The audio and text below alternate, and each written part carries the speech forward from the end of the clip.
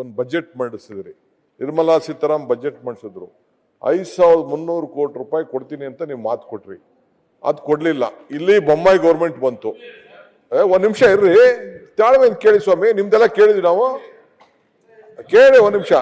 5,300 ಕೋಟಿ ರೂಪಾಯಿ ನಿಮ್ದೇ ಬಜೆಟ್ ಇರ್ರಿ ಸ್ವಲ್ಪ, ನಿಮ್ದೇ ಗೌರ್ಮೆಂಟ್ ಹೇಳ್ತು. ಆಯ್ತಪ್ಪ, 5,300 ಕೋಟಿ ರೂಪಾಯಿ ಅಪ್ಪರ್ ಬರ್ದ ಬಜೆಟ್ಗೆ ಕೊಡ್ತೀವಿ ಅಂತ ಹೇಳಿದ್ರು, ಕೊಡಕ್ ಆಗ್ಲಿಲ್ಲ. ಇಲ್ಲಿ ನರೇಗಾ ದುಡ್ಡು ಇವತ್ತವರೆಗೂ ಕೂಡ ಕೋಟ್ಯಾಂತರ ರೂಪಾಯಿ ಕೊಡಬೇಕು. ಜಲ್ ಜೀವನ್ ಮಿಷನ್ ದುಡ್ಡು ಸುಮಾರು 30-40 ಸಾವಿರ ಕೋಟಿ. ಹಂಗಂತ ಕೇಂದ್ರ ಸರ್ಕಾರ ದಿವಾಳಿಯಾಗೋಯ್ತು ಅಂತ ಹೇಳಕ್ ಆಗ್ತದ? ನಾನು I can't tell that. We are there. ನಾವು ಏನು ಮಾತು ಕೊಟ್ಟಿದ್ದೇವೋ, ಯಡಿಯೂರಪ್ಪನವ್ರು ಹೇಳಿದ್ರು, ಒಂದು ಕಾಳು ಕಡಿಮೆ ಕೊಟ್ಟರು ನಾವು ಈಸ್ಕೊಳ್ಳೋದಿಲ್ಲ ಅಂತ ಹೇಳಿದ್ರು. We are committed to it. ನಮ್ಮ ಗ್ಯಾರಂಟಿನೇ ನೋಡಿ ಇಡೀ ದೇಶದಲ್ಲಿ ನೀವು ಫಾಲೋ ಮಾಡಿ. ಬಿಜೆಪಿ, ಇಡೀ ಬಿಜೆಪಿ NDA ನಮ್ಮನ್ನ ಫಾಲೋ ಮಾಡ್ಬಿಟ್ಟು ಈಗ ನೀವು ಎಲೆಕ್ಷನ್ಗಳನ್ನ ಗೆದ್ಕೊಂಡು ಬರ್ತಾ ಇದ್ದೀರಿ. ನಮ್ ಗ್ಯಾರಂಟಿ ಇಲ್ಲ ಅಂದ್ರೆ ನಿಮ್ ಎಲೆಕ್ಷನ್ ಗೆಲ್ಲಕ್ ಸಾಧ್ಯ ಆಗ್ತಿರ್ಲಿಲ್ಲ. ಇವತ್ತು ಕೂಡ ನಾವು ಹೇಳ್ತಾ ಇದ್ದೀವಿ ಅಧ್ಯಕ್ಷರೇ,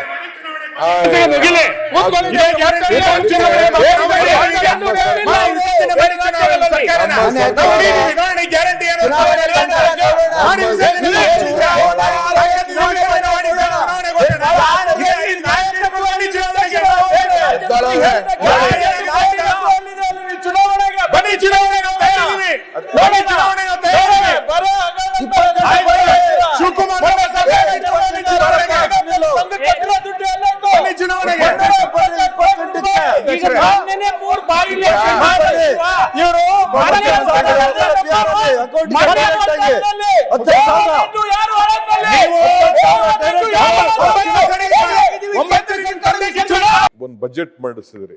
ನಿರ್ಮಲಾ ಸೀತಾರಾಮನ್ ಬಜೆಟ್ ಮಂಡಿಸಿದ್ರು. 5,300 ಕೋಟಿ ರೂಪಾಯಿ ಕೊಡ್ತೀನಿ ಅಂತ ನೀವು ಮಾತು ಕೊಟ್ರಿ, ಅದು ಕೊಡ್ಲಿಲ್ಲ. ಇಲ್ಲಿ ಬೊಮ್ಮಾಯಿ ಗೌರ್ಮೆಂಟ್ ಬಂತು. ಒಂದ್ ನಿಮಿಷ ಇರ್ರಿ, ತಾಳ್ಮೆ ಕೇಳಿ ಸ್ವಾಮಿ, ನಿಮ್ದೆಲ್ಲ ಕೇಳಿದ್ವಿ ನಾವು. ಕೇಳಿ ಒಂದ್ ನಿಮಿಷ. 5,300 ಕೋಟಿ ರೂಪಾಯಿ ನಿಮ್ದೇ ಬಜೆಟ್ ಇರ್ರಿ ಸ್ವಲ್ಪ, ನಿಮ್ದೇ ಗೌರ್ಮೆಂಟ್ ಹೇಳ್ತು. ಆಯ್ತಪ್ಪ, 5,300 ಕೋಟಿ ರೂಪಾಯಿ ಅಪ್ಪರ್ ಬರ್ದ ಬಜೆಟ್ಗೆ ಕೊಡ್ತೀವಿ ಅಂತ ಹೇಳಿದ್ರು, ಕೊಡಕ್ ಆಗ್ಲಿಲ್ಲ. ಇಲ್ಲಿ ನರೇಗಾ ದುಡ್ಡು ಇವತ್ತವರೆಗೂ ಕೂಡ ಕೋಟ್ಯಾಂತರ ರೂಪಾಯಿ ಕೊಡಬೇಕು. ಜಲ್ ಜೀವನ್ ಮಿಷನ್ ದುಡ್ಡು ಸುಮಾರು 30-40 ಸಾವಿರ ಕೋಟಿ. ಹಂಗಂತ ಕೇಂದ್ರ ಸರ್ಕಾರ ದಿವಾಳಿಯಾಗೋಯ್ತು ಅಂತ ಹೇಳಕ್ ಆಗ್ತದ? ನಾನು I can't tell that. We are there. ನಾವು ಏನು ಮಾತು ಕೊಟ್ಟಿದ್ದೇವೋ, ಯಡಿಯೂರಪ್ಪನವ್ರು ಹೇಳಿದ್ರು, ಒಂದು ಕಾಳು ಕಡಿಮೆ ಕೊಟ್ಟರು ನಾವು ಈಸ್ಕೊಳ್ಳೋದಿಲ್ಲ ಅಂತ ಹೇಳಿದ್ರು. We are committed to it. ನಮ್ಮ ಗ್ಯಾರಂಟಿನೇ ನೋಡಿ ಇಡೀ ದೇಶದಲ್ಲಿ ನೀವು ಫಾಲೋ ಮಾಡಿ. ಬಿಜೆಪಿ, ಇಡೀ ಬಿಜೆಪಿ NDA ನಮ್ಮನ್ನ ಫಾಲೋ ಮಾಡ್ಬಿಟ್ಟು ಈಗ ನೀವು ಎಲೆಕ್ಷನ್ಗಳನ್ನ ಗೆದ್ಕೊಂಡು ಬರ್ತಾ ಇದ್ದೀರಿ. ನಮ್ ಗ್ಯಾರಂಟಿ ಇಲ್ಲ ಅಂದ್ರೆ ನಿಮ್ ಎಲೆಕ್ಷನ್ ಗೆಲ್ಲಕ್ ಸಾಧ್ಯ ಆಗ್ತಿರ್ಲಿಲ್ಲ. ಇವತ್ತು ಕೂಡ ನಾವು ಹೇಳ್ತಾ ಇದ್ದೀವಿ ಅಧ್ಯಕ್ಷರೇ,